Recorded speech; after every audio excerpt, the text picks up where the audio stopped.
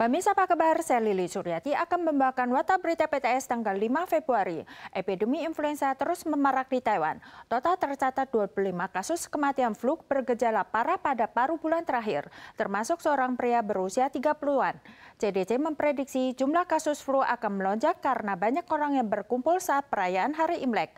Selain itu, pengaruh selebriti Hepabishu yang meninggal mendadak di Jepang, warga di seluruh wilayah berebutan untuk mendapatkan vaksinasi. Pusat Kesehatan Umum Kota Taichung dibanjiri warga yang mengantre sejak pagi.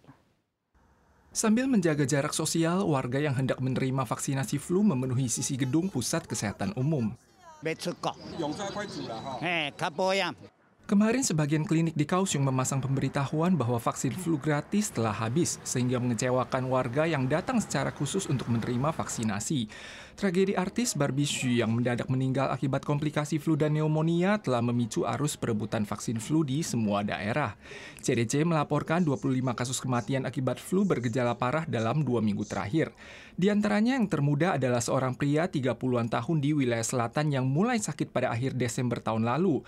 Tes rapid sebanyak 2 kali menunjukkan hasil negatif. Berhubung paru-paru di kedua sisinya mengalami peradangan, ia baru positif terdiagnosis flu tipe B lewat tes PCR. Namun karena kondisi penyakitnya memburuk secara drastis, ia akhirnya meninggal setelah dirawat sebulan di rumah sakit. Intensitas massa udara dingin akhir-akhir ini ditambah lagi warga yang berwisata selama liburan Imlek dan arus massa selama Festival Lentera, jumlah pasien flu yang berobat di UGD dan unit rawat jalan pada minggu ini diperkirakan akan kembali meningkat.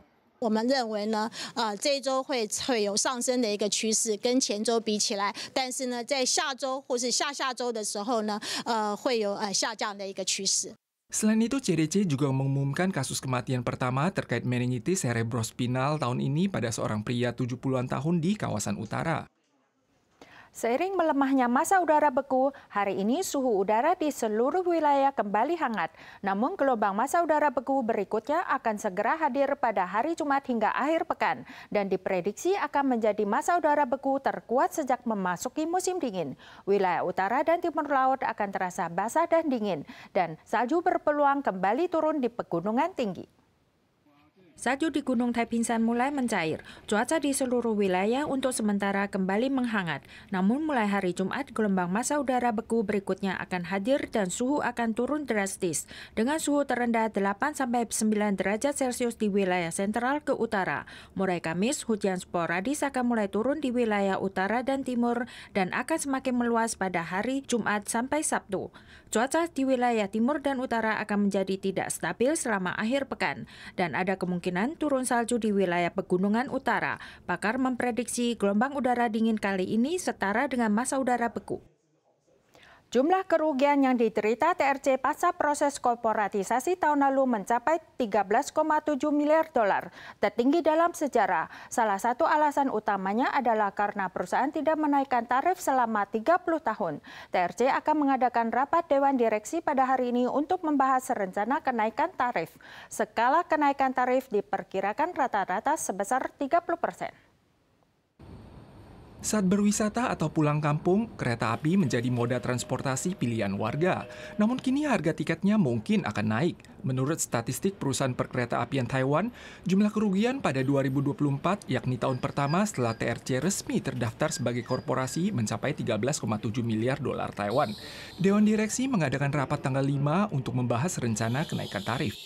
Pendapatan TRC tahun 2024 awalnya diperkirakan 18,5 miliar dolar. Namun terimbas gempa Hualien, pendapatan real hanya 17,4 miliar dolar. Pencairan dana kesejahteraan karyawan adalah sebesar 2,3 miliar dolar. Biaya alokasi aset sekitar 200 juta dolar. Selain itu, biaya personalia seperti upah lembur malam hari dan subsidi bahaya operasional pasca penerapan sistem 5 hari kerja per minggu meningkat drastis. Ditambah lagi tarif kereta yang tidak pernah dinaikkan selama 30 tahun, semua ini merupakan faktor utama penyebab kerugian.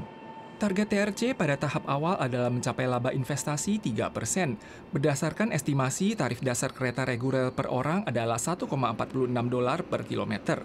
Setelah dinaikkan akan mencapai 1,98 dolar per kilometer, rata-rata naik 35,6%. Pada prinsipnya, tarif jarak pendek akan mengalami kenaikan terbesar dan tarif jarak jauh akan mengalami kenaikan terkecil.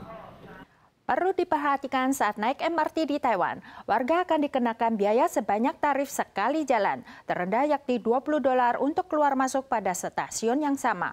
Namun jika durasi dalam stasiun lewat dari 15 menit, harus bayar $20 lagi.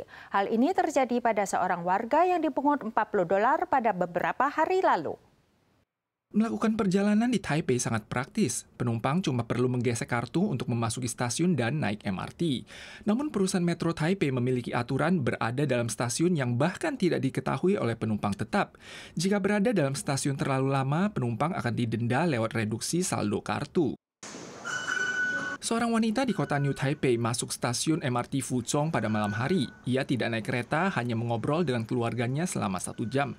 Tak diduga saat meninggalkan stasiun, ia dikenakan biaya tambahan $40. Saking jengkelnya, ia pun mencari petugas untuk berargumentasi. 我觉得应该要扣，比较对，因为有的人在这边聊天也会影响别人的安宁啊。 MRT Taipei, Taichung, dan Kaohsiung memiliki aturan terkait larangan berada dalam stasiun yang sama melampaui 15 menit dan 2 jam di stasiun berbeda. Jika melebihi batas waktu, setiap kali akan dipungut $20. Perusahaan perkereta-apian Taiwan juga memiliki aturan yang membatasi durasi berada dalam stasiun.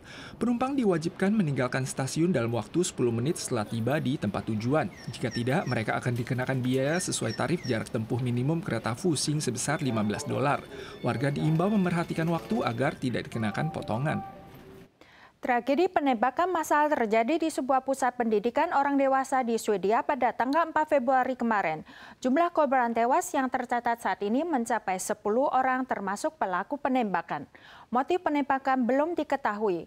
Perdana Menteri Swedia mengatakan ini merupakan insiden penembakan terparah dalam sejarah Swedia. Polisi mengasumsi bahwa pelaku beraksi sendiri sehingga mengesampingkan unsur serangan teroris.